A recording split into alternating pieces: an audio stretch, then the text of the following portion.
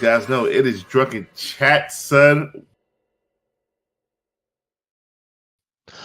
As the man says, welcome to It's Drunken Chat, son. I am your sub-host, Chitlins Greens Cornbread, with the man, the myth, the motherfucking legend, Mr.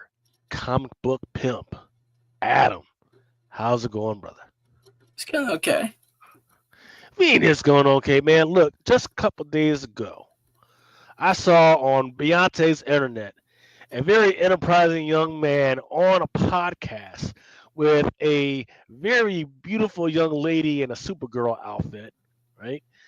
And y'all were just chitting and chatting and yipping and yapping and everything. So you can't tell me it's going okay. I think things are going quite well for you. Yeah, I can't complain. Yeah. Living the dream, sir. Living the dream.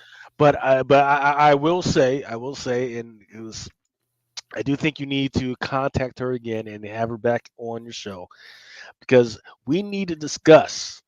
And you guys just talked about it for 10 seconds, and then you went off it. Is 90 Day Fiance. Okay, this is the shit. This is Adam.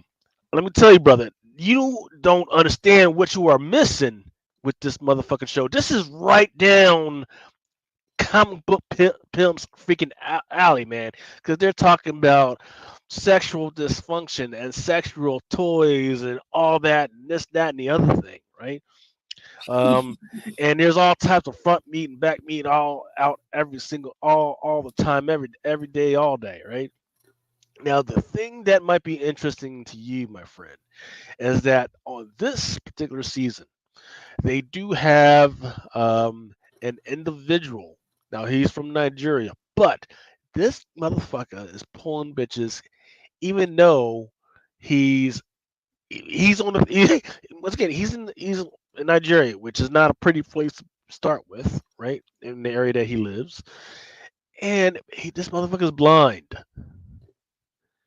Okay. He started out with sight, but now he doesn't have sight, and he's getting ready to get married to an American girl, little white girl over there. So it's an interesting dynamic, man. So I think if there's any motherfucking show, this is the fucking show, man. This is.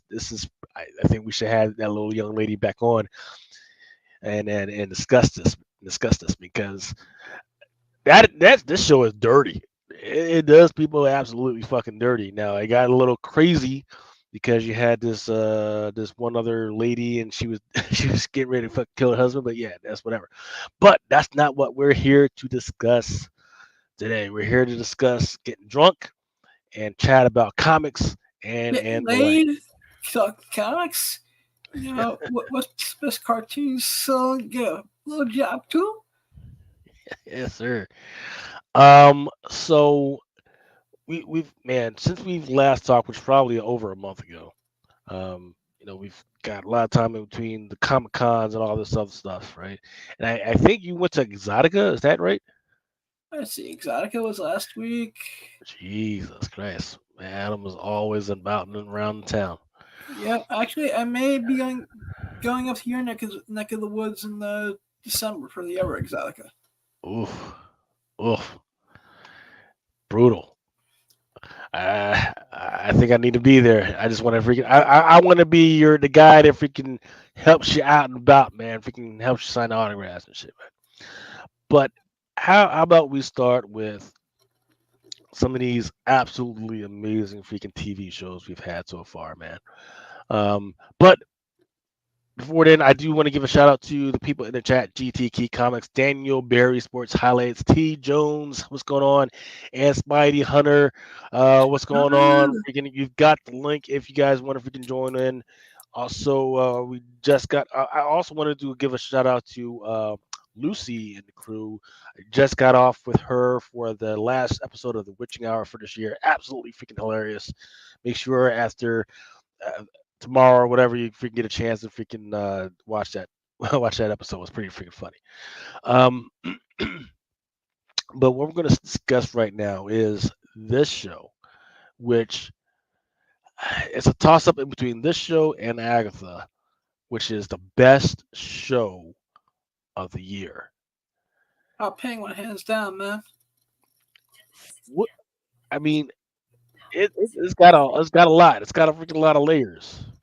It's got really good cinematography. It's got really good at freaking acting. It's got freaking really good layers. What did you think so far, man? What is in your mind when it comes to this, man? Yeah, it comes to what, sir? When it comes to the Penguin, like, It are- is just one of the best written portrayals of the character ever done in live action, and it's also just a really fun ride. Like normally with shows like this, I'll try to like pick it apart. I just been yeah, along for the ride and loving every minute of it. yeah.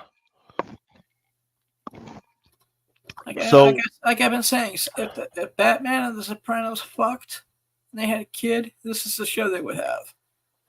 yeah, I think I do understand your comparisons, but I do want to give a comparison. But before I give that comparison, I want to work. I want to make sure that this show, I want to improve the show. I want to make sure that it's not a little bit good.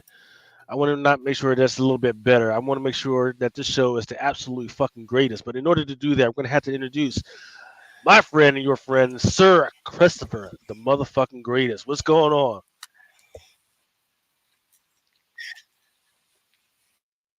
See, I'm See, I here. got him speechless. I got that motherfucker What's up, speechless. baby? How you fellas been, man? It's freaking holding steady, freaking rocking, man. Trying to make sure that the world doesn't fall off, man. But here we go, man. We are talking about.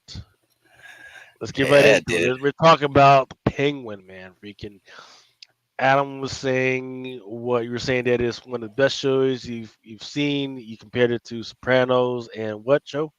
As I said, if the Batman movie and The Sopranos fucked, this is the kid they would have, man. I think That's a true statement. I would like to take a little bit into it. Like if so there's a great show that's out there that people don't watch. There's called Weeds, and then there's another show called The Queen of the South, or Reina de Sur, right? It's about a female kingpin and how she came to be who she is and how she's trying to keep everybody under her freaking thumb. That's what this fucking show is. Penguin is just a facilitator, but Sophia is the one that people are freaking lusting over and getting ready to bust a nut over, man. But Penguin, he's still doing his freaking thing. He hasn't even come into his own yet, right? But man, it's just a freaking great show, man. Really good. What about you, Chris? Man, dude, it's been a great show. I think that one of the biggest parts I'm enjoying of this so far, right, is the Mhm. fact that, all right, dude, I already kind of see him as Penguin, right? But it's like it's growing on me to make me feel like he's like probably one of the most, he's gonna be like one of the most comic book accurate penguins I've ever seen on film, right? So it's like uh Gigante, Gigante, or I don't know how do you pronunciate her, what they say her last name is now. Gigante? What is it? Yeah. So that's exactly how it's pronounced. I haven't got a clue. I know it's Gigante or something of how it's pronunciated. I couldn't hear you guys at first. Yeah, you're right, man. All right, so I like this little thing that they have going between them, right? And this little struggle for power and where it's going. I feel like, all right, dude, as long as they put Penguin in like a comic accurate suit by the end of the show, this shit was perfect to me, dude.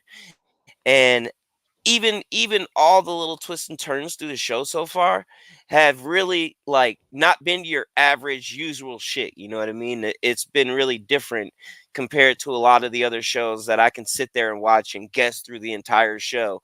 But this show hasn't been like that. So I think that that's what happened. me most excited about it for the most behind, what we're supposed to be paying attention to has also been pretty awesome. You know what I mean? Like the references to Batman, then the references to the other villains and how Arkham Asylum is. I think that's pretty all dope and interesting. So I'm wondering if like when we see the Arkham show, I couldn't remember if the Arkham show is supposed to be a part of the whole new James Gunn thing, or was that Mhm. attached to Penguin? Because I could have sworn that's attached to Penguin and the Batman 2 and all that, right? Yeah, I have no clue, man. And DC's been throwing all types of freaking projects at us lately, right? So, but yeah, I can't even keep track of it all because it would be what they should have did is they're going to do this live action stuff, man. Stop! Don't have like two different freaking actually, they've had three or four live action things going on at the same time. In the meantime, yeah, that's off in the DCU universe, but yeah, we're starting this whole new thing that's coming out in a couple of years. Yeah, what the fuck, man? What the fuck? That's kind of weird. I don't know what the fuck. I don't know what the fuck they're doing with that. But yeah, I man, want to say it's freaking connected to the Batman, the Robert Sir Patterson's universe thing, because I right. think that how they introduce Arkham in Penguin, I think that they may go ahead and this might be the same Arkham that we revisit. Because I remember when they talked about the show Arkham, I got specifically excited about the fact that they were going to have what's his name, Druid, play fucking the Joker again. And he was supposed to make an appearance in this Arkham Asylum show, along with like a whole handful of other, you know, villains out of Batman's Rogue Gallery. So, how do you feel about the way they've layered? Because once again, we're not just talking about the whole overall DC universe. They've been concentrating on the Penguin and Sophia and the whole Marcone Falcone freaking thing. How do you feel about the way they've layered that out? Is it enough for you, or did you want more out of it? I think for me, Well, I thought it was perfect balance. Yeah, yeah, I yeah, mean, it's nothing overpowered anything, which I thought was great. yeah, it's been pretty dope. I like how they have it layered, but at the same time, like we're still in the Batman universe. You dig what I'm saying? So I still want those aspects to the show. You know what I mean? Like I still like to see all the Easter eggs and background information that they also layered into it. But the whole fiasco between Sophia and Penguin has been great. I just hope that they kind of escalate things like in the next couple of episodes, which I feel like that's what they're doing based on the trailer. But I want to see shit escalate. I want to see like the Hangman version of this Sophia. You know what I mean? I want to see Mm. her snap and either a just take on the persona of this or whatever is going to push her to do that. I want to see that. Yeah. Well, I mean, definitely the part of the layer that you're talking to is that they definitely are trying to hone in on is consequences for bad deeds, right? If you're a man and you did some stupid shit, you're going to freaking pay for it. I mean, it has explicitly outlined that violence against women is not okay, and you will eventually get yours. But crucially, the perpetrators are facing some severe consequences. We're talking about not just you did, your whole family motherfucking did. And Nice, not just nice, we're nice. not talking about, oh, you freaking dead. We're talking about you burn up. Oh, you thought your mama was safe? No, your mama's gonna freaking die as well, man. So, man, the karmic juice and justice, man, highlighted in this show, man, and the commitment to showcasing female agency, like females just doing shit and just trying to survive by themselves, man. Absolutely freaking amazing, man. Now, I do at some point, like you're saying, like I feel like you're saying is like, hey, they do need to pick it up a little bit. I do need to see this retribution play out, right? Because that's where they kind of left us off in the last episode. Like, will she or will she get hers? But no, will the penguin get what's coming? We don't know. We don't know that yet. But yeah, I'm definitely on board with what you're saying. And then, but Yeah, I'm just hoping that, something dramatic happens to him, like just that makes him that, final fucking vicious penguin that we know.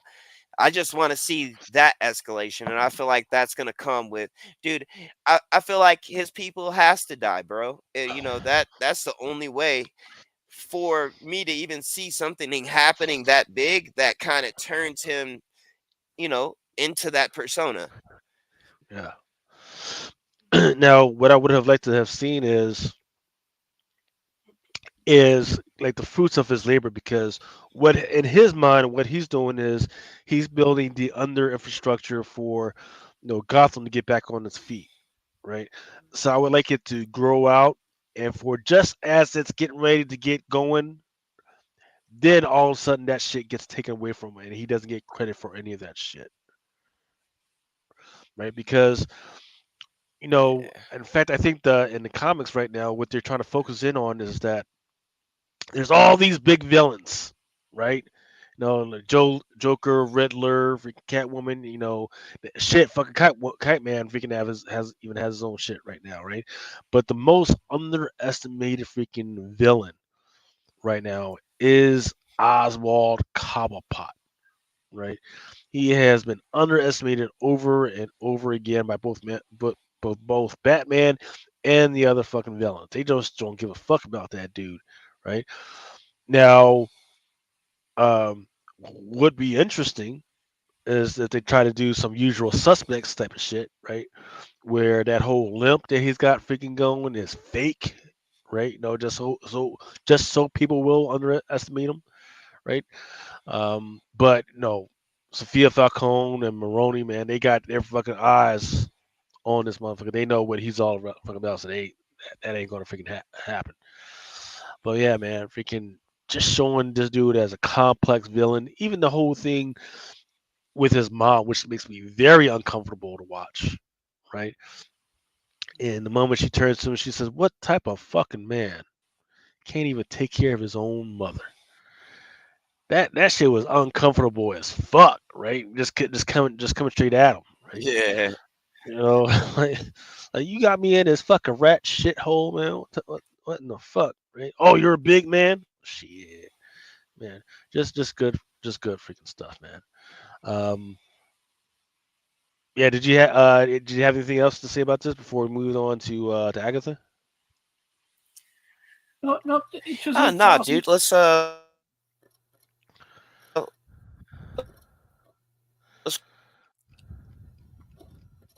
go ahead into the Agatha, bro. Unless Adam has something else. Yeah, Agatha works. Yeah, man. So here we are with Agatha all along. We've had in fact, they dropped 2 episodes in in 1 week, man. And they were absolutely fantastic. Freaking, they weren't activity. Freaking, like got my heart racing. But there was so much information that was dropped in those last 2 freaking episodes, and got people freaking. Even though people were theorizing before, and this should have been the one that answered it. Now there's even more freaking questions, which is the way you want to freaking leave off. So now you got to freaking do a season 2, or maybe you got to do a whole bunch of spin-offs to show what in the fuck was going on and what's really happening, man. Um, I don't think we've gotten. Actually, we did get to talk about this the last time we were on here, but so far, man. Well, so far that's the end. Just good freaking stuff, man. I freaking definitely loved it, man. Um, but the most interesting piece at the end that as we because she kept that at you, actors that kept at you, right? Like, hey, I'm I don't know what you fucking thought. I'm not a good girl. I'm not a fucking good person. I'm not a good person. Like, stop thinking that. But at the end of the fucking day, what the frog at the bottom of the well on this was, it was about motherhood and loss and what it can do for you. Um, what about you guys? What did you guys think? But it was enjoyable. Man, dude. I know I Adam enjoyed the enjoyed the Leslie shit out scenes. of it, dude. Everything how they had, everything how they had it going. The whole mystery surrounding death at first, even though that kind of leaked out a little early, but it still was good. I was expecting that. After that was leaked about her and who she was actually playing, I thought that, it was still good whether you fucking knew it or you didn't know it. You know what I mean? So I definitely enjoyed it, especially how each episode we got a second to kind of grow with the characters, you know what I mean? So these characters started to mean a little bit more than you know people that just get off-screen kills and shit, you know what I mean? Like each episode I grew with the different characters. So I felt like it was pretty dope. And then seeing how death kind of wrapped around into it all with Agatha and the way they the finale itself. Let's talk about that for a second. Yeah. The whole show, dude, they had us thinking that the Witch's Road was real and it was gonna be just some shit Agatha did already, right? So that reveal at the end, showing her killing all those witches, right? I thought that part was incredible. I mean, that whole little ordeal with her son and how we got to see her develop a relationship with him after death was already there to get him, and she basically did something that she's never done for anybody in history, as she said, and she let him live a little bit longer, right? And Hmm. the way that whole shit played out with death and her son and how she took him at the end and all that shit, it it was a whole lot of better substance than just thinking that how everybody thought at first, like, oh well, she traded her fucking kid for a Darkhold, right? Because I know, I think it was what, like episode 3 or 4, something like that. That's what everybody was thinking, that Agatha traded in the Darkhold, Yeah. That's for her but, son. but yes. So but that's a weird that's a weird theory. I mean, I heard people having all types of weird theories, but we know for a fact from the WandaVision that that's what wasn't true. If you looked at the library book, right, that was part of the Darkhold, we know that wasn't true because if you look at some of the dates and what was happening, we know what that wasn't freaking true. Um, but man, it was freaking good. There was a lot of freaking good, important ideas, right? You talked about the Witch's Road. Now they're planning. Hey, the Witch's Road is Billy's creation.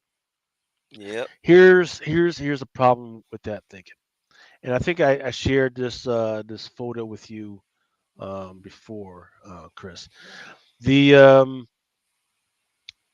I think it was the first test, the first trial, right? They walk in the house and there's like a bottle of wine sitting right there. Yeah. And the bottle of wine was labeled 2012, I believe, maybe 2012, maybe 2014, and it was called uh, Reina Rojo, right, which translates to the Red Queen of 2012. You look it up. Um, that is, there's a Marvel run like around 2012. It was actually the Scarlet Witch run, and in that run, I'm talking about Wanda Maximoff, goes down the road and she finds her mother, who is the Red Queen, right? So there is no way that Billy would know about his grandmother, would even be thinking about his grandmother at this freaking point. There's all types of stuff that's happening inside the house, um, that would be, maybe you could pull it out of the asses or the minds of the other people, but no, there's no way they would know about it unless it was somebody that actually walked down the actual freaking road that's from the comics. So the road is real. It's absolutely freaking real. But to the extent that Billy had his influence over it, that is another question that they're probably just going to. They probably saw like everybody loved it. They're like, okay, we can leave it alone and go off on another day. The other great freaking ideal that they were talking about was, and I think you talked to it earlier, was Agatha's deal with death, right? Because we don't really understand the concept or what was going down. Like the kid was sick, maybe, or she says he came from out of nowhere, out of freaking scratch. We're not quite sure what's going on with that, but the fact that she was had to deal with that in order to, uh, you know, paid that debt off to freaking death. She had to freaking kill off witches, which makes her the witch killer. Amazing freaking idea, right? Um, and then Wiccan. No, now he's like a big freaking dude in the freaking Marvel universe, just as powerful as his freaking mom. Now people are speculating on like how powerful he's going to be. We still don't quite know what Scarlet Witch's fate was, um, but what people are looking for right now is that we love Billy. We love this actor. He did his freaking thing. We love Kamal Khan. We liked how she did her thing. The Kate Bishop, we don't know about her. She show was okay. We don't know about her, but we think we're set up for Young Avengers now. We think we're okay. Um, I don't think Marvel wants to do that yet. I think they want to do all this other stuff, but then we'll see how that other goes. Actually, they're going to leave that up to the new CEO, who should be in 2026 or something like that, man. But yeah, good freaking show, good stuff, man. Um, is there anything that you guys didn't like about the show? Mm, I'd say once again with I mean, I feel like I understand that Wiccan is, a gay character. It's all good, I have no problem with any of that, right? But I do feel like whenever Marvel is getting a chance, I feel like they're pushing this and pushing it to us quite often. You know what I mean? Like, I feel like it's almost in everything now. Like, and I have no problem with it, but it's just like I don't know, dude. I feel like it's being pushed on us. I don't feel that.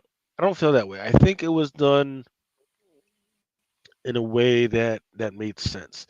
Wait, Him wait, and what was done? yeah. So we're talking about the representation of gay characters, right? No, they didn't fall in. This show, it was done right. Yeah, I think it was done right. If you're going to do it, have your lesbian character spotlight it, let them do their freaking thing. You know, Billy Wiccan. The only thing that throws me off about Wiccan, right, the way they brought him up, is that the last time we saw Billy, he was a 7-year-old boy or something like that. And then next thing he's filling out his ID. I mean, filling out his personality, and then he's in the car with some grown ass freaking teenager. I don't really get that. I mean, it's not for me to wonder, but I don't really get that. It feels sort of like the way they just made Superboy just grow from 10-year-old kid to all of a sudden this 17, 18-year-old boy in the freaking comics. It was like it was weird. I didn't understand the need for it. It didn't really add to the story unless they're going to make Teddy Eddie, who was Hulkling in the freaking comics. Maybe they do That's something like that. I was interpreting it when I was watching that episode. Yeah. Yeah, and I feel that too. But I'm just saying, like, there's ways to add it into like shows, right? They did it really well, but I feel like at the same time, dude, um it doesn't we don't always have to necessarily see it to know that that person is that. You know what I mean? They can just carry themselves in a certain manner and we skip bypass all that. You know what I mean? And I Mhm. mean, it's cool that it was done, in his introduction in a way, but it's just like at the same token, dude, like they could have saved that for, later on. I feel like it just, it doesn't have to be in everything, bro. That's all I'm saying. And as of late, I feel like it is. It's like in every single show Disney comes out with, it's something like this. You know what I mean? It was rampant through Deadpool and Wolverine a lot of times with all the sex jokes, but I mean just certain jokes in general. But I just feel like a lot of that shit is getting pushed, through it. And I'm noticing just because it's like, um, even when they do love stories, like in the MCU, right? Like when you see Cap fall in love with his girl, right? You saw who else? You saw Tony fall in love with Pepper, right? And they didn't push. I didn't feel like it was pushed on me. You know what I mean? I kind of felt like this was pushed on me, but that's just my personal feelings. Uh, uh, Sometimes you just gotta, you just gotta feel. I don't know if it was pushed on us, but yeah, that's okay. All right, moving on to Venom 3. Hopefully, you guys freaking saw it Did it twice. twice. Nice. I thought it was I had a blast with this. Key takeaways are we had a Venom bittersweet freaking farewell. Even though I feel like with the things that were happening, he's definitely not freaking dead. Dylan Brock's potential emergence, the looming threat of Null, which is the way it should be, right? He shouldn't just be in their face and then freaking get killed off all of a sudden. Um, some Sinister Six potential, and the success at the box office is kind of on a shake spin because in America didn't necessarily do what they needed to do, but globally, yeah, it freaking rocked the house. So going forward, MCU crossovers are definitely remaining uncertain because wherever it's going on, so Sony needs to get their shit together and Marvel needs to get their shit together. Um, Adam, what did you think, man? I thought this was a really nice ending to the Venom era of movies. It, it was just a fun ride. Watching some of that last 15 minutes of fight scenes, I thought was for a Venom movie. I thought was a good action scene at the end. And yeah, the girl who played the scientist, she had a nice ass. Yes, I'm blind. I'm not that blind. And yeah, finally we finally got to score some of that sweet Mrs. Tang ass. Testify. What about you, Chris? What did you think? Dude, the only things that I really cared about in this movie was the 3 scenes and all that we got. Over pumped for that shit, and I can't wait till what's next. I'm not even gonna lie to you. Well, we can definitely might sell some toys or something like that. People, I, I, they unfortunately it made people think that Venom was definitely dead, so nobody. I feels like people are moving on from Venom right now. Um, but at least they did it good, right? But now, what's the next movie that they're moving on to? Craven or some shit? Yeah, Yep. Craven's Yeah. the next one. So Unfortunately. yeah, the movie that nobody really asked for, especially without Spider-Man. Like, all right. Um, but yeah, man, I'm just happy that they finally did my boy Null good. They made him creepy like he's fucking supposed to be, you know. Um, I thought he was so damn near perfect, bro. I swear to God, dude. When I saw I that think first, I think they'll the bring him back opening too. scene, yeah, dude, that opening scene was just fucking terrific. Yeah. You know what I mean? That's why I say it's only really 3 null scenes through the entire movie. It's the opening credits, when Venom explains the codex, and then at the very end with Null's post credit scene. And I could have swore Venom's alive too, because the second post credit scene, you saw the symbiote. You know what I mean? I thought attach itself to that bug, and then he went into the little jar that old girl symbiote was being kept in, and mhm. I could have. I think that all he's doing is getting himself strong again to basically survive without a host at the moment. And then I think he's gonna pop up definitely in the MCU. But the job they did with Null, bro, was out fucking standing to me. I've watched those 3 scenes probably like 100 times, bro. Trying to freeze frame it to get all 3 nulls like how they showed them, you know? Right. Now, for me, the only thing that I didn't like is sort of in the beginning, there were some pieces that it was like, and it was a problem from the first one. Maybe the first, no, definitely the first one where things were just a little too fucking dark. But then by the end, it feels like somebody says, "Oh yeah, man, we got some more money if you need some," and then they fucking inject it. And then they say, "Oh, we can make all these different symbiotes, different freaking colors, so then you can distinguish what the fuck is going on, right?" But yeah, the beginning with all the symbiotes, with some of the symbiotes was just freaking terrible. What about you guys? Was there anything that you disliked about the movie, Adam? Uh, not, not really. This is one of the few comic book movies I just had a blast with. Mm, good. What about you, Chris? Shit, it would just been great if they gave us some comic accurate symbiotes, in my opinion. But that's just me. I didn't care for all the colors switching up and shit like that. Um, I didn't really like that. But Ah, other than that, it was pretty good. nice. All right. We do have more comic book news, but you know what? I think some of the guys from the rest of the Drunken Chat crew, it, Drunken Chat, excuse me, Drunken Chat Sun crew. Man, I am fucked up. Want to talk about it possibly tomorrow.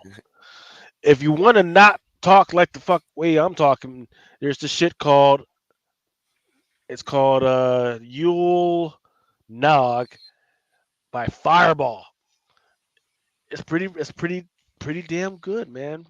In fact, I don't. I gotta close it because I don't want to freaking drink more of this because I need to drink this other shit called Midnight Moon Moonshake Moonshine. That's what I freaking want to freaking drink. What the fuck? Yes, Yeah, that sounds like that puts hair on you. That sounds eggnog like moonshine. Let's see. 10:03:02. I'm trying to see. I'm trying to see what stuff that came out this come. Yeah, okay. So let's now talk about some of the books, right? Some of the books that came out this past week, or is this coming out this week? What's it? I think this came. Yeah, this came out definitely this week. Damn. Why is that there? Sent.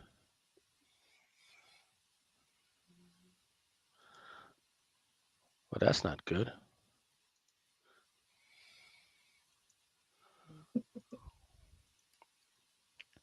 Entire screen. Boom.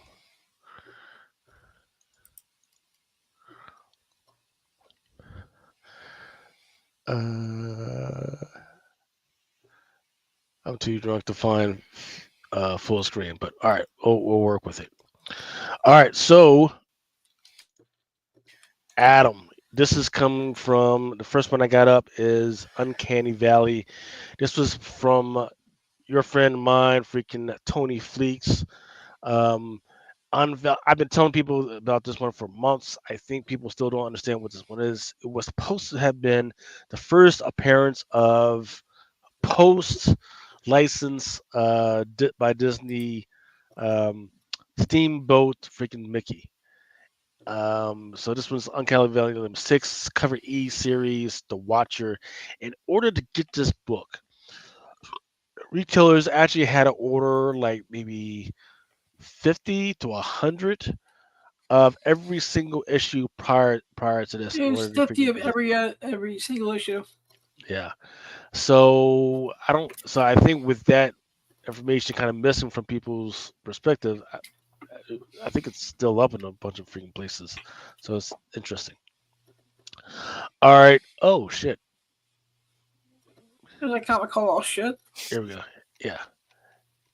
Yeah. Well, because I didn't have the actual fucking thing up. I'm still trying to figure out how to.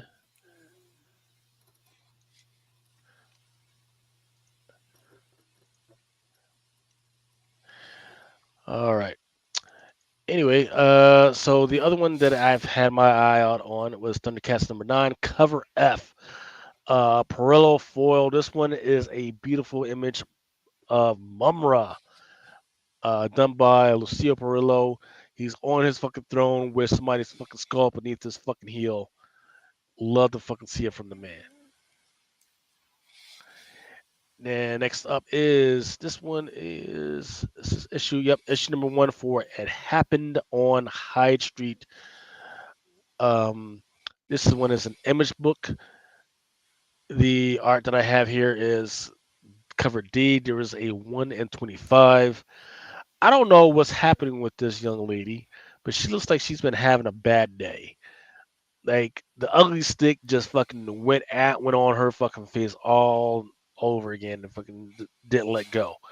Um, it's fucking weird. Next up is Red Coat #7, cover B by Peralta. This one is a homage to American Beauty with my boy freaking just lying down on a bed of bones. Then this one is the Wolverine getting hunked by Cyclops forcefully. Wolverine Revenge Red Band #3, 1 in 100 Virgin. Not even just giving him a bear hug, just got him hugged up right on his fucking nuts. It was weird. Ouch. Then next one is, and yeah, this one I fucked up and didn't buy what I could, but it was still kind of expensive anyways. Amazing Spider-Man #60, the Adam Hughes Virgin variant. This one has got Mary Jane and Black Cat just looking like she's drawn by Adam Hughes, just looking fucking sexy as fuck. Specking on titties, specking on titties, specking on titties. Now the interesting thing is, as people are thinking, oh no, all these retailers got it. It's only on 1 in 100. Got to remember that the actual retail price of this was $8. So that means that this book by itself cost the retailers $400.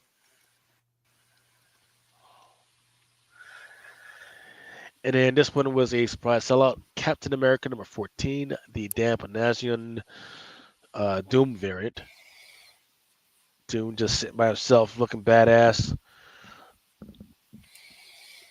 looking like Captain America got for his shield.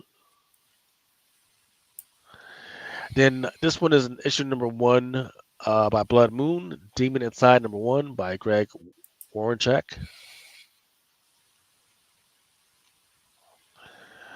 Then by Blood Comics, Mud and Madness #1, Stefano Cardacelli. This one was sold out as well. Come Find Me an Autumnal Offering. Looks like Distillery is named their shit at the fucking manga. Cover B by Hamlet Machine. And then there's a 1 of 50 by Larson. Then King Spot has a book called Kill Town #1. Looks like a bunch of Asian cholas. Mark Spears Monsters #1, second print. Trick or Treat variant. Transformers #1 is now on its 9th fucking printing. Plague Secret #1, Janelle by Bad Egg. I Little Popeye #1 got a foil.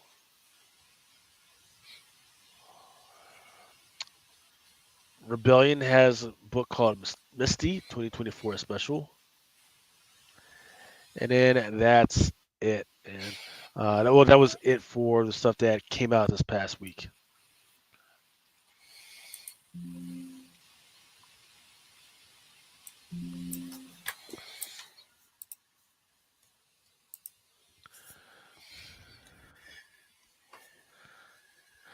All right, here's some of the stuff that was on, or that is on FOC this week. Orders are due by Monday.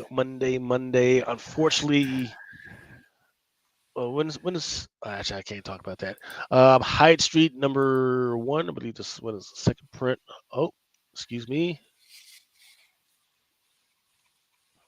That was a preview. Got my numbers and shit all over that motherfucker.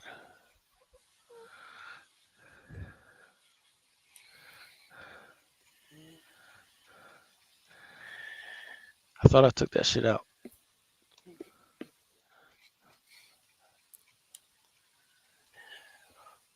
What? It's that I got these fucking previews in here that I'm not supposed to show the public. Oh, there Yeah, we go. takes that out, bro. Well, shit, I don't know how to do it on here. All right. Here we go.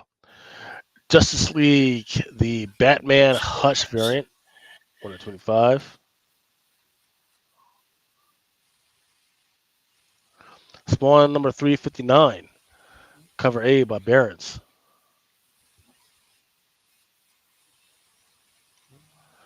Then there's a cover B by Carlos. Transformers 40th anniversary card foil. Comes with 110 base cards, some holofoil parallel cards, and some creator art cards.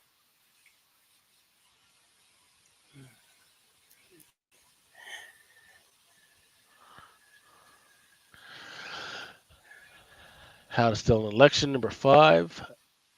New offering by Distillery Through the Red Windows number 1 of 25. Here's a 1 of 50 by Frank Avila. Kids Monsters number 1 of 10. Some more Transformers 40th Anniversary Deluxe Premium cards. Your Friendly Neighborhood Spider-Man number 1 in 25. There's a Lucas Wernick 1 in 25 for Spider-Man number 63. 1 in 25 for Lionel Yu for Wolverine. And from what I'm understanding, that Wolverine toy should be coming out pretty soon. So they're trying to do something with this character. Ultimate X-Men still going. Issue number 10, 1 in 25 by Matthias Manhanni. Yeah, Derek that G. Helverine just dropped, Lucas. It's been shipping like for the last couple of weeks, I guess. Storm at number 3, 1 in 50. And then Uncanny X-Men 7, 1 in 50 by Mark Brooks. I don't know why you got my boy Nightcrawler with his leg spread eagle like that, but all right. Got my boy trying to look sexy and shit. 'Cause if you're gonna do that, if you're gonna do that, have Jubilee in the back freaking chewing some bubble gum, man. You know, yeah, I don't know. Got him looking like he ready to go to Exotica with Blind Adam and shit. I don't know what the fuck, man. Yeah.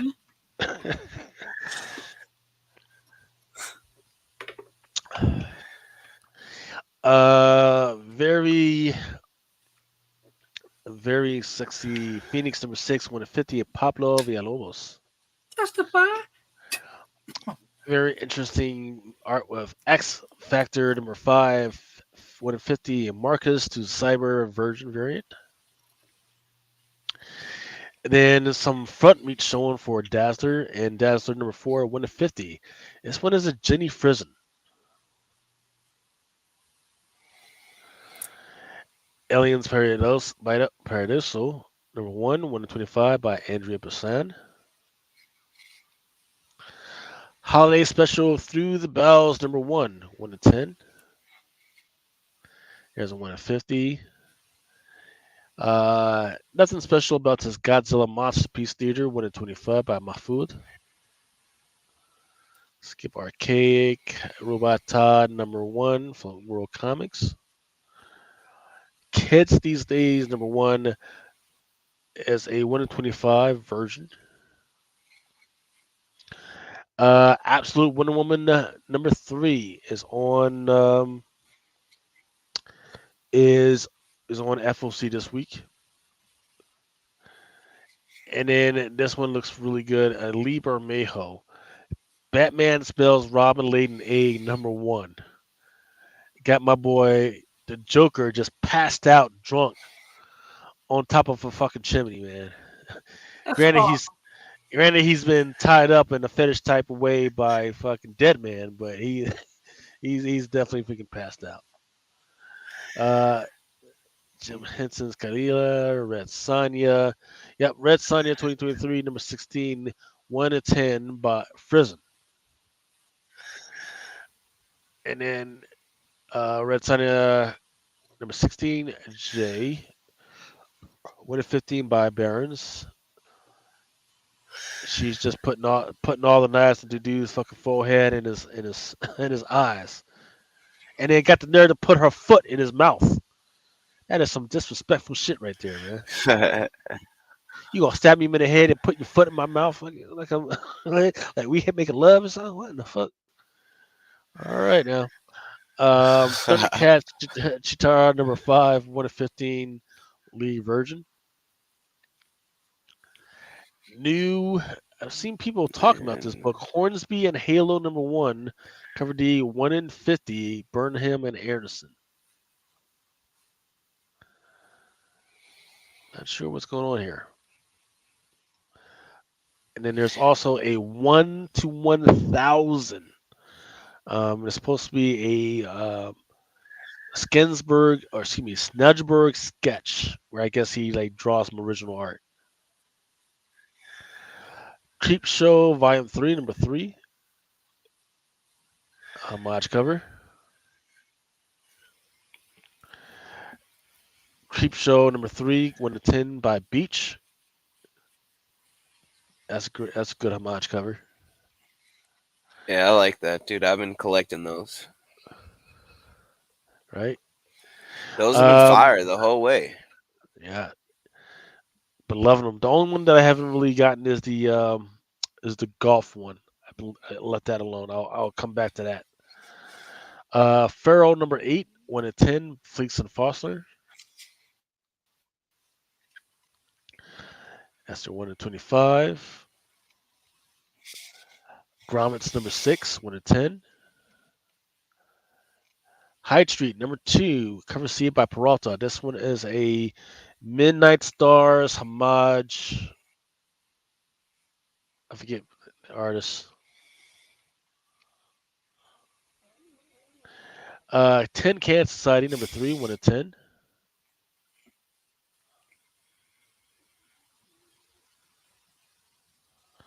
Universal Monsters, Frankenstein number 4, 1 to 10.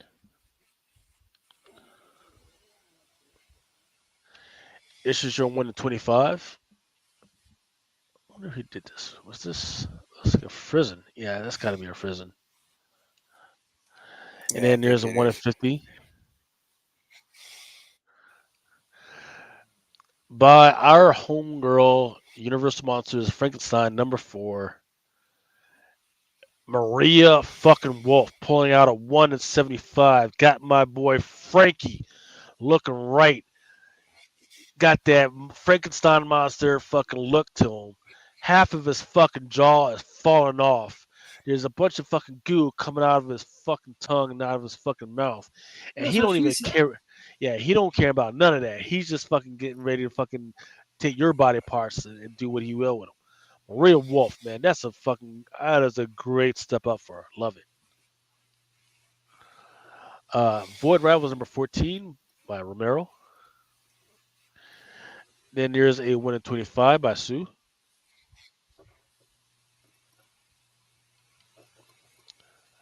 1 in 50 by Repos.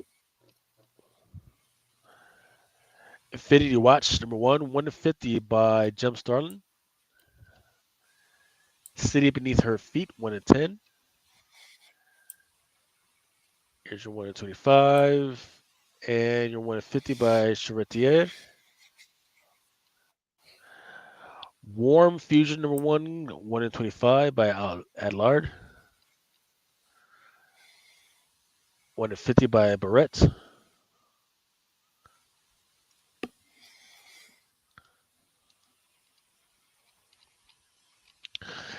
Teenage Mutant Ninja Turtles number 2024, number 5, 150 by Robertson.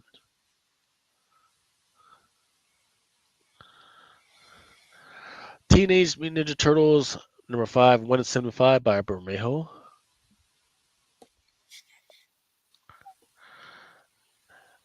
Sesame Street apparently has been doing well. It's still going on with issue number 4 with a 1 to 10. Godfather of Hell number 2, 1 to 10 by Hickson. Oh, where's my mouse?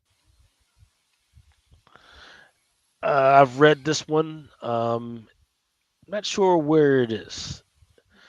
They're definitely going to try and do something with this. Justice League Unlimited number 1, cover H, Saint Pierre wrap foil. Here's your 1 to 25 by Dave Wilkins. And here's your 1 to 50 by Gamon.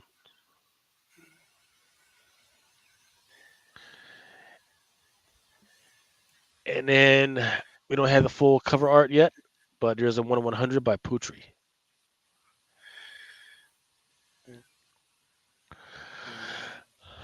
Absolute Wonder Woman number 2, Stephanie Hans. I do have the art somewhere. I just don't remember where I put it. Actually did well with these for a little while. Detective Comics number 1091, cover D, McFarlane Toys variant. And then Detective Comics number 1091, cover E, 1 in 25, Ashley Woods. And the solicit says a brand new villain stalks the streets of Gotham City. So there's supposed to be a new character in this one. Superman number 20, Dan Panosian.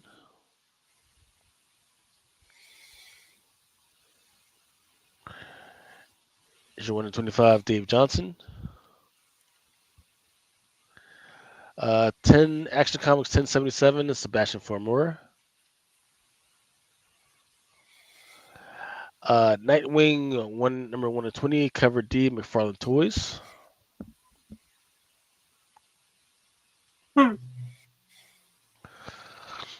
Nightwing number 120, 1 to 25 by Gleb Melknoff. Harley Quinn number 45, Dave Nakayama. Trying to remember the He's name. been Yeah, doing that's good with these Harleys. Yeah. That other That's one some he pretty. did that just dropped is nice with the dragon on his shoulder, and the other one I can't fucking think of what it.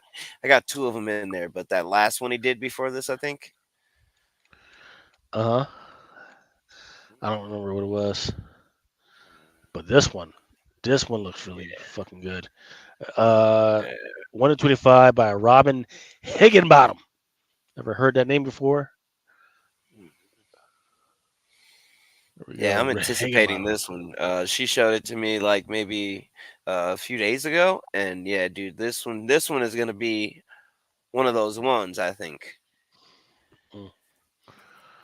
Robin Higginbottom with the 304 outfit on. Okay. Green Arrow number 18, Torrin Clark.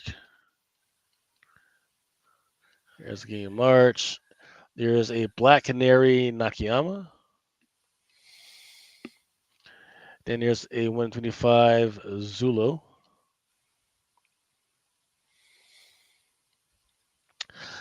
I don't know. This one kind of speaks to me. This one is a cover E 1 in 50 by Hip. Yeah, I like that too. Power Girl number 15, Jeff DeCal. Hey, which one of those one absolute Wonder Womans did you like? Were you a DeCall fan or were you on Pananosian side? You know, Oh shit! I got which one did you go with these? shit. I got them both, so I don't have to pick. Yeah, I got them both too, but I'm just which one, because everybody seemed like they were choosing sides on these 2 books, and I'm just thinking in my head like, man, they're both fucking dope. Just buy them both. But I was speculating that Wonder Woman maybe a couple of months ago when it first got solicited. So Yeah. Well, here's a pro tip for you. The one book that you should really want if you're going to pick up Absolute Wonder Woman is the ash can, and that's because Absolute Batman's first appearance is in the ash can. It's not in Absolute Wonder Woman. It's only in the ash can for Absolute Wonder Woman. It's weird. Yeah. Yeah, I've been seeing all those shoot up lately, so I already know. Yeah, Sash cans is like Money in the Bank. Power Girl number 15, Tiago da Silva.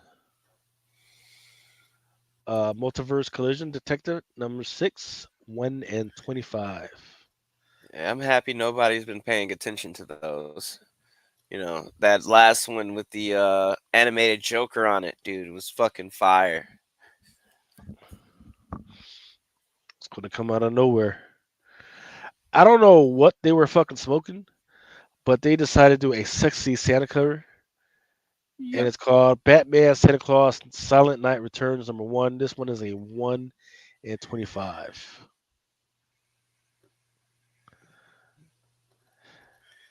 And I don't know what they were thinking, but all right. Absolute Batman number 1, third print foil. Then is also getting a 1 and 25. Go to Inks.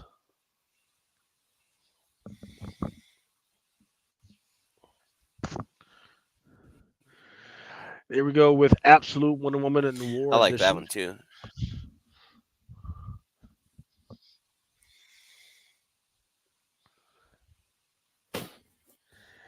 Second print for number 1. And then that Decal one you were talking about is going to get a foil on that one. Yeah. I like it too. I'll probably snag that one too. Hey, did you read it? I still haven't read it Yes. yet. I read Absolute Batman, but I didn't read Wonder Woman yet. They were both What did you great. think? It felt like they were trying to revert it back to some of the old storylines during like the 60s and the 70s, where they heavily talked about the fact that the Amazons, well, some of the Amazons were sexually assaulted, and and now as a result of that, they were banished to this one freaking island. Eh, But here's the interesting thing: is that now they're just not like, oh, we got this freaking super god killer on this island. They're like, no, this lady is a freaking witch. And that's the one who rose or raised Wonder Woman in this particular story. So it's got some interesting elements. I just want to see how they bring it home.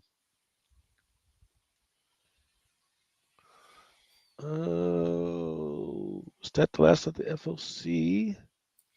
Yeah, that was it. Yeah. Let's see. Yeah, because it looks like I just copied it over again. Thank God, because. All right, so here's what I'm going to do. Let's take a 3-minute break, and then we'll bring it home with some of the stuff that's coming out this week. All right, sounds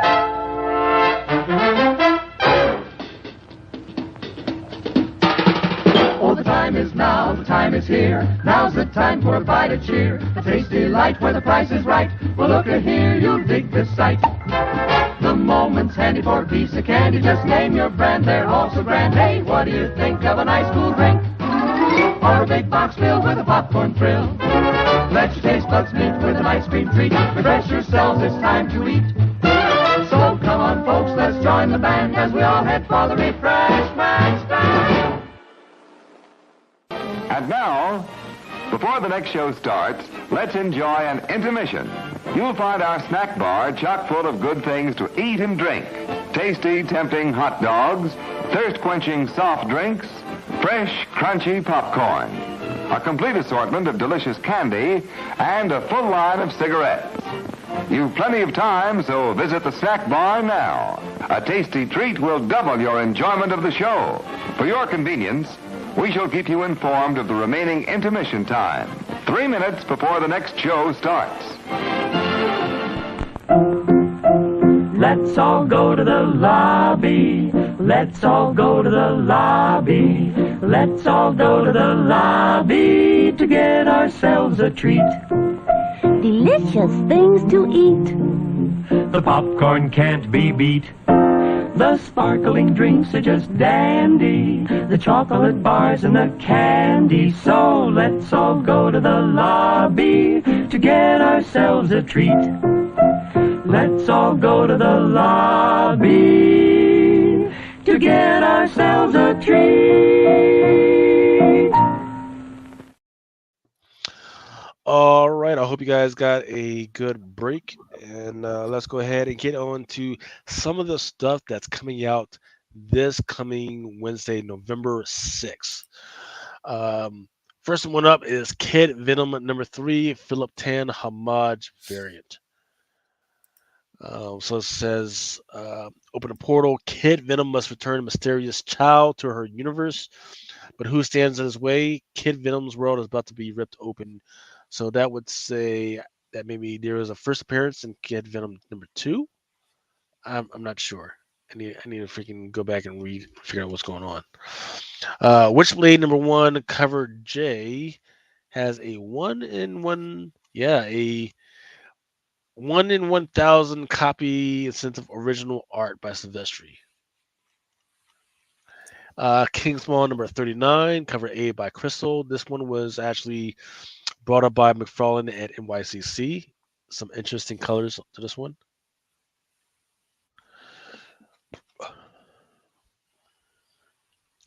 Then there's a cover B by Randall. Saga by #70.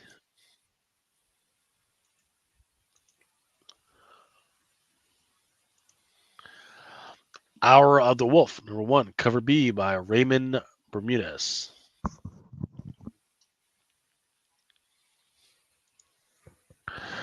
There's an Absolute Superman #1 logo foil design variant. Kid Maroon #1, a Helmer Sin City homage. And the Absolute Superman #1 Jim Lee foil. Something is Killing the Children #0 cover G 1 in 50. Aliens versus Avengers #2. That would be an interesting storyline. Hulk versus the fucking aliens. Shit. Dude, #1 was fucking great, and dude, I'm so excited for #2 now because I've really enjoyed #1. Now was #1 that was the one with Black Panther cover, correct? Or am I? No, Yeah, that was well, Predator. No, that was no, Predator. That was Predator. no, yeah, you talking about Predator versus Black Panther? The #1 for this that went crazy was that Venom and Xenomorph on the cover because they had the regular cover and the 1 in 100. I forgot who it was by, but that 1 in 100 and regular trade dress went crazy. But this story alone was fucking incredible, dude. Hickman did his thing on this shit, dude. Bringing back some of that old Twisted Sesame Street, Survival Street, Radical Left #2. They got a couple of covers on this one. One for Sorrow #1 cover E 1 in 50 Mizuno. This looks pretty badass. Walking Dead DLX #1 100 cover A Finch and McCaig. And then I believe this is our first appearance. Kahori, Reshaper of Worlds #1 Maria Wolf. Yep. And then duly marked A cover is going to be the first cover appearance and the first in book as well. So that A cover too. But that wolf is fucking amazing. Yes. Many fucking wolves. Maria Wolf, man, fucking tearing it up. Yeah, she is. Kahori. Yeah. Kahori, Reshaper of Worlds, the Marvel animation variant. X-Men #7, Corey Smith. Here's your Psylocke variant for X-Men #7 by Joel Jones.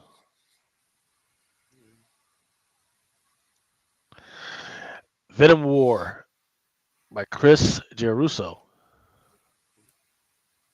Have you caught up on that? Nope. It's Yeah, okay. dude. There's too many fucking books.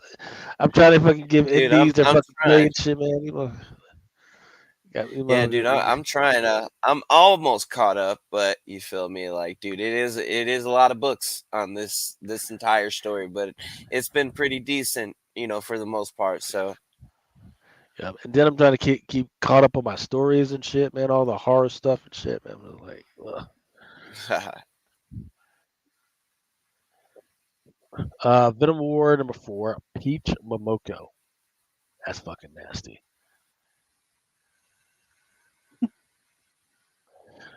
More tongue from Venom. Venom War #4, Clayton Crane Venom Horse variant.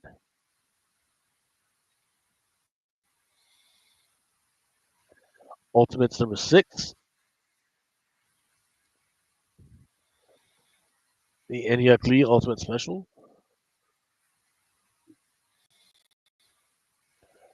Here's your 125 by Phil Noto. Here's your Spider-Man Black Suit and Blood #4. Here's your 125 variant. Ultimates #6, Jose Maria Casanovos. yeah, that connecting for this one is pretty fucking dope. Like the overall picture, it's pretty fucking sick. I'm just happy to see they're still trying to use America Chavez. Yeah. It's still this story is still interesting too. This is some dope shit going on, but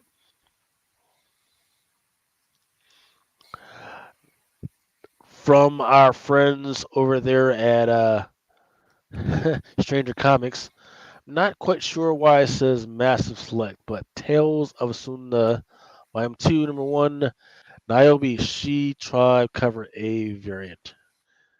Definitely a Blade homage. Interesting that they got a byword by Viola Davis. Is she from Murder She Wrote? No, yeah, it might be from Murder She Wrote. She wrote, "We all have a Niobe inside of ourselves, and it's time to let her roar."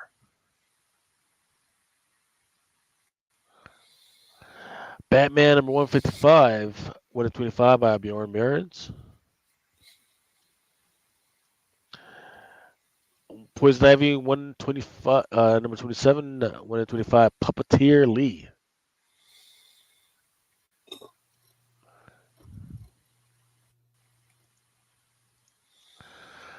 Shazam #17, Ariel Olivetti. Oh, and that looks like that was our very last slide. Gents, is there anything you guys want to bring up before we turn these guys loose for the top 10? nah, man. Other than one book, bro, but it's an indie and it'll take you a while to get to it. But people definitely check out Killtown, preferably the Hollow Flip. No, okay. Killtown was pushed for so long, dude. It was like what 4 or 5 months that this book has been pushed, and I was super Oh happy to see no, that it was finally dropping next week. I feel You like showed the medal for it earlier. You yeah, showed yeah. one of the medals, but there's a hollow flip too, and uh, the cover A, I don't know if that's sold out on a distribution level, but I know they're gone.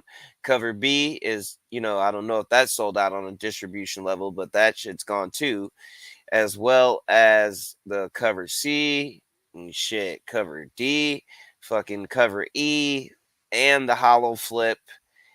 H is still in stock, and the flip incentive is still in stock. But other than that, yeah, dude, this book is gone, like Is it? across the Goddamn. entirety of the internet. Oof. So, um, yeah, I picked up some extras of these because, like I said, dude, I've been waiting for this book for like about maybe like 5 or 6 months. It's been pushed over and over and over and over again. So I thought people were gonna lose track of it, but I guess once there was a couple of people that posted about it on Instagram, and then after that post, these things were non-existent anymore. You know what I mean? Like I said, it's only the blank and the incentive left up on the site. So those are some good ones to look into. But other than that, yeah, dude, you covered everything. So Okay. Adam, you good? Anything you want to talk about? No, I'm good, man. Yeah. I'm almost We fully do- rested. I will have something I'll be dropping in the next 2 or 3 weeks. Yeah, we need to find some time to just let you talk about Exotica, and bring more girls on and everything. But Yep. I got plans, man. yep. But gents, I appreciate you guys freaking coming on and freaking helping out once again. Freaking, it's been a freaking beautiful freaking night. Please go ahead and head over to the Hot 10 over on House of Stein. And then after that, if you got some time tomorrow, please watch The Witching Hour with Lucy or Mama Comics. And then see you next week. And then maybe if I think the rest of the Drunken Chat crew said they might want to do a conversation tomorrow about some stuff. So stand by and let's see if they can actually make it happen. But for all you other guys, freaking please stay safe and vote. See you later. For each man in his time to take, until he walks along the beach and sees his future in the water, along the arm within his reach. Gotta needed the world to want. Sometimes men take matters into their own hands. You want answers? I think I'm the kind of you want answers. I want the truth. You can't handle the truth. As you guys know, it is Drunken Chat.